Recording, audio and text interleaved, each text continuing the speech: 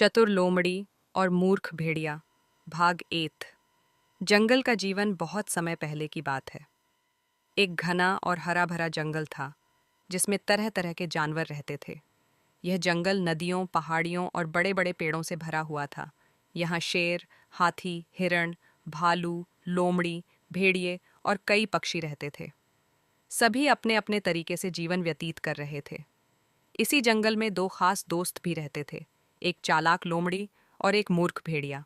हालांकि उनकी दोस्ती अजीब थी क्योंकि लोमड़ी बहुत चतुर और तेज दिमाग वाली थी, जबकि भेड़िया हमेशा बिना सोचे समझे फैसले लेता था। भाग 2।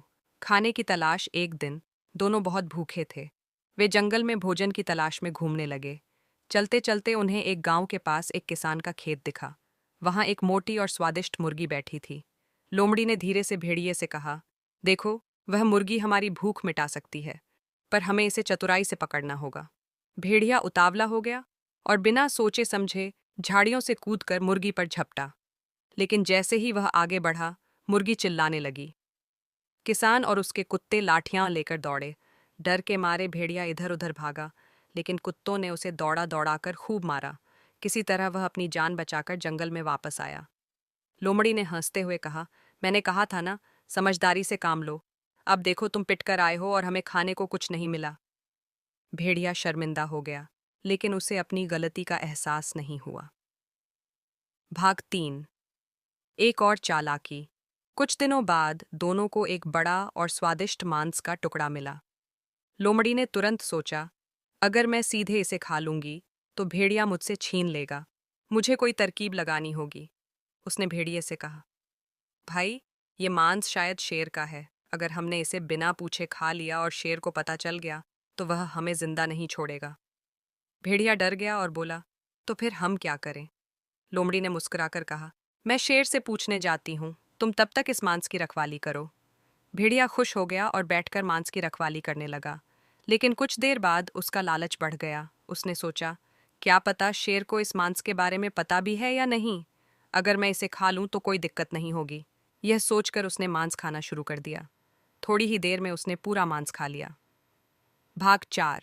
लोमड़ी की चाल। इसी बीच लोमड़ी पास ही छिपकर देख रही थी। जब उसने देखा कि भेड़िए ने सारा मांस खा लिया तो उसने जोर से शेर की आवाज निकाली, किसने मेरा मांस खाया?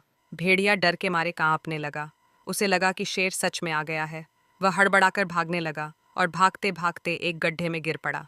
लोमड़ी ने मजे से बचा हुआ मांस खा लिया और अपने चतुर दिमाग पर मुस्कुराने लगी। भाग 5। लालच का नतीजा। कुछ दिनों बाद भेड़िया फिर से भूखा था।